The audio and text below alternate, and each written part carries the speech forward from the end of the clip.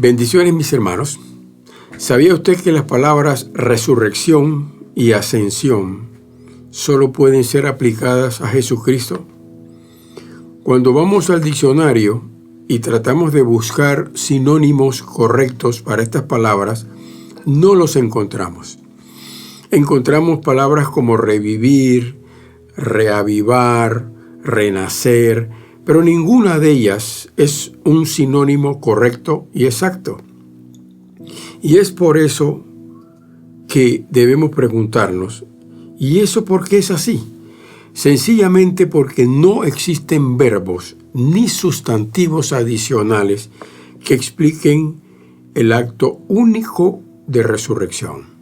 Es cierto que varios hombres de Dios ascendieron a la esfera del reino de Dios, lo que llamamos cielo, algunos sin ver muerte física, pero ninguno resucitó como lo hizo Cristo, porque Él es primicia, porque Él fue el primero en hacerlo, en cuerpo glorificado. Quisiera hablarles acerca del significado de la ascensión de Cristo. En Hechos capítulo 1, versículos 9 al 11, observamos el relato de la ascensión de Cristo a los cielos. Solo Lucas aborda este hecho histórico tanto en el Evangelio de Cristo escrito por él como en el libro de los Hechos.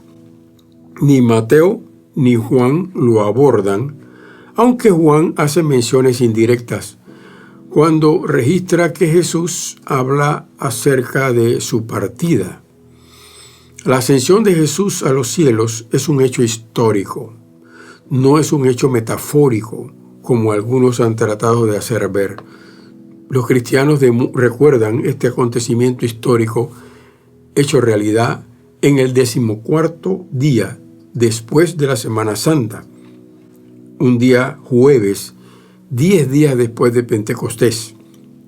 Los estudiosos encuentran un fuerte antecedente e incluso paralelos entre la ascensión de Cristo y acontecimientos históricos del Antiguo Testamento. Por ejemplo, el traslado del ministerio de Elías a Eliseo, descrito como pase de la porción del primogénito. Esto está en 2 de Reyes 2, 9 y 15. Se describe que Eliseo pidió a Elías una doble porción de su espíritu y que ésta reposara en él. ¿Y cómo se dio este hecho? Este hecho se constituye en antecedentes de lo que hizo con sus discípulos luego el Señor en Pentecostés y el derramamiento del Espíritu Santo. El Señor les transfirió a sus discípulos poder para su ministerio.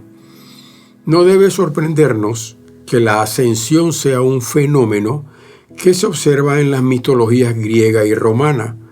Por ejemplo, Lisias narra que Heráclito se desvaneció delante de un grupo de personas en su ascensión.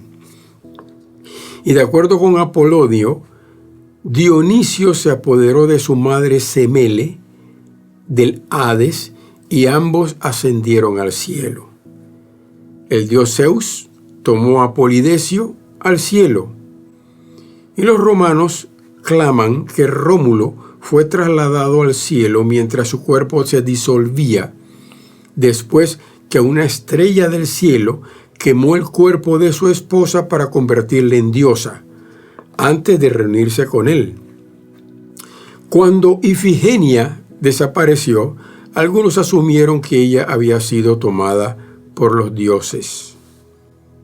Invención y mitología. En la mitología griega y romana, frecuentemente las narrativas de ascensión eran aplicadas a héroes. Héroes que de alguna forma tenían parientes divinos. Otros escritores griegos y romanos afirmaron que los héroes no ascendían al cielo porque tenían familiares divinos, sino por sus propios méritos. Por ejemplo, de acuerdo con Faedrus, un escritor, Hércules fue llevado al cielo para recompensar su virtud. La gran diferencia entre esta mitología inventada por el hombre y la ascensión de Cristo es que en ninguno de estos casos, que además de ser producto de la mente del hombre, ninguna es el resultado de una resurrección corporal. Al término de su evangelio, por allá por Lucas 24:50, Lucas nos cuenta que el Señor llevó a sus discípulos a los alrededores de Betania, a unos 4 kilómetros de Jerusalén. En Hechos 1:12, Lucas nos dice que el Señor y sus discípulos estaban en el Monte de los Olivos y allí les había entregado las últimas instrucciones. Cuando de forma inesperada para ellos fue alzado, traduce Casiodoro Reina, alzado, fue levantado, dicen otras versiones. Y lo importante que podemos notar aquí no es tanto que fue alzado o levantado, sino que el verbo está en pasivos. Es decir, que el poder que el Padre estaba actuando, el Padre. Y debía ser así porque Dios, quien es el que está interviniendo en esto. Obviamente que ser levantado por un poder divino es lo que debemos hacer resaltar. Y en este último acto del Hijo en la tierra, como hombre, su ascensión marcó el fin del tiempo en el que Él estuvo físicamente presente con sus discípulos y empezaba a cumplirse el anuncio del Señor que el Espíritu Santo se quedaría con ellos. El versículo 9 y 10 también guardan otro detalle. Lucas nos dice en Hechos 1:9 que viéndolo ellos, y el versículo 10 dice, y estando ellos con los ojos puestos en el cielo, no existe duda que los discípulos estaban extasiados mirando hacia arriba. En el Evangelio, Lucas nos dice que los discípulos adoraron a Jesús y que volvieron a Jerusalén con gran gozo. Pero en Hechos, Lucas nos llama la atención sobre el mirar casi embelesados, ensimismados, asombrados de los discípulos. Hermano, hermana, ¿podríamos ubicarnos en este momento y en este lugar por un instante? ¿No se quedaría estupefacto después de verlo caminando por 3 años al lado mío, verlo muerto y ahora vivo otra vez, y por si fuera poco, elevándose hacia el cielo? ¿No nos quedaríamos igualmente pasmados con la boca abierta? Pero esta es una escena que aún hay más en ella. Dice la Escritura que los discípulos se volvieron a Jerusalén y se volvieron con gran gozo. Hermanos, esta fue una despedida, pero una despedida especial. Además, que lágrimas de tristeza, hubo alegría y hubo gozo. El miércoles 31 de marzo de 1993, apareció en la prensa escrita una noticia que causó escozor en el cristianismo. El doctor Richard Seed, profesor investigador, famoso genetista de la prestigiosa Universidad de Harvard, anunció que iba a clonar a su esposa. En sus propias palabras, el doctor Seed dijo: fertilizaré a mi esposa con un núcleo tomado de una de las mismas células de ella.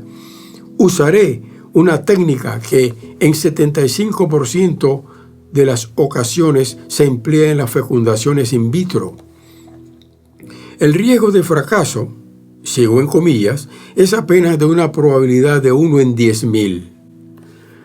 Cierro comillas. Cuando se le preguntó al doctor, ¿por qué quiere clonar a su propia esposa?, él respondió: en el futuro próximo, la clonación de personas queridas será rutinaria. Yo no veo nada malo si pronto creamos unos 100,000 clones humanos por año.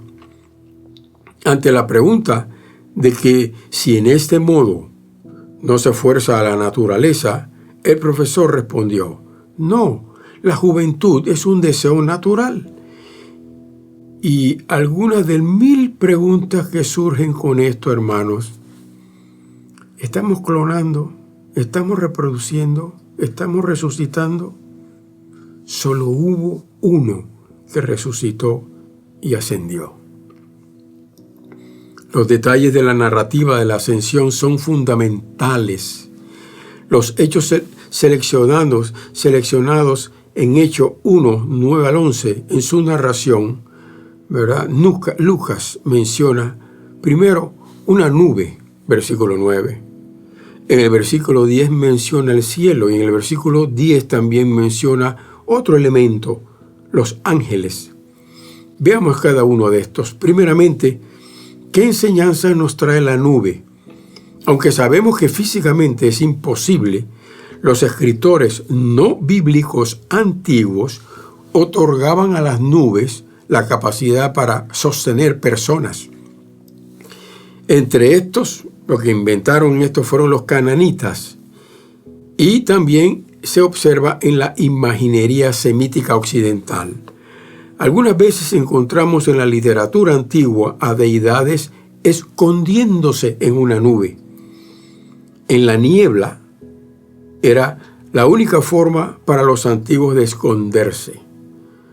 Ocasionalmente se observa en la literatura judía reportes de nubes como vehículos para las ascensiones al cielo. Por ejemplo, Josefo escribe que Moisés desapareció en una nube.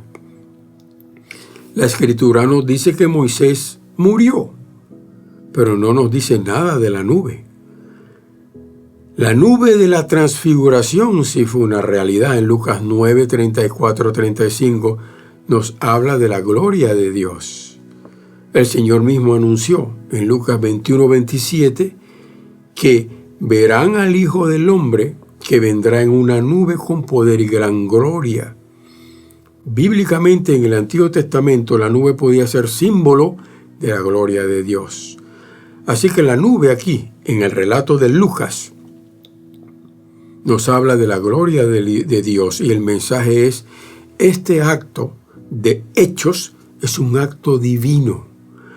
Cuando en esta porción se menciona el cielo, debemos tener en cuenta, en tercer lugar, que el vocablo cielo no implica el lugar físico, como el que encontramos arriba en la atmósfera de la tierra, sino simboliza la vuelta del Hijo. Simboliza la gloria del trono de Dios a la diestra del Padre. Como elemento, como componente, como parte de la Trinidad divina. Y se simboliza mediante una ascensión. En una nube, el cielo físico simboliza el lugar de la gloria de Dios en su reino eterno. Mientras los discípulos continuaban mirando al cielo, de repente, 2 hombres vestidos de blanco se aparecen junto a ellos. Es claro que se trata de 2 ángeles. ¿Y cómo lo sabemos? Porque cuando vemos a los 2 ángeles que aparecieron a María Magdalena en la tumba vacía el domingo de resurrección, Lucas 24:4, vemos que estaban vestidos con vestiduras resplandecientes. Mateo 28:2 y 3 nos especifica que este era un ángel del Señor que descendió del cielo y que su aspecto era como de un relámpago y su vestido como la nieve. Así que, fundamentados en esos hechos, sabemos que la mención de los 2 varones de Hechos 1, 9 al 11 son 2 ángeles. El papel de los ángeles, además de certificar este acto como divino, era explicarle a los discípulos lo que estaba sucediendo. Por eso los ángeles preguntaron a los discípulos, varones galileos, ¿por qué están aquí mirando al cielo? Los ángeles le llaman a los discípulos varones galileos. ¿Y sabe por qué? Para recordarles su identificación con Jesús como Galileo. Luego, una palabra de aliento. ¿Por qué estáis mirando al cielo? Este mismo Jesús, que ha sido tomado de vosotros al cielo, así vendrá como lo habéis visto al cielo. Los ángeles confirman la segunda venida de Cristo y a la vez le confirman que el Señor estaría con ellos hasta el fin del mundo. Hermanos, hermanas, si la resurrección de Jesús fue el acto de vencimiento de la muerte y la primicia de la resurrección escatológica, la ascensión es exaltación, la exaltación del Hijo. Tomemos fuerza y alentémonos con esto. Bendiciones.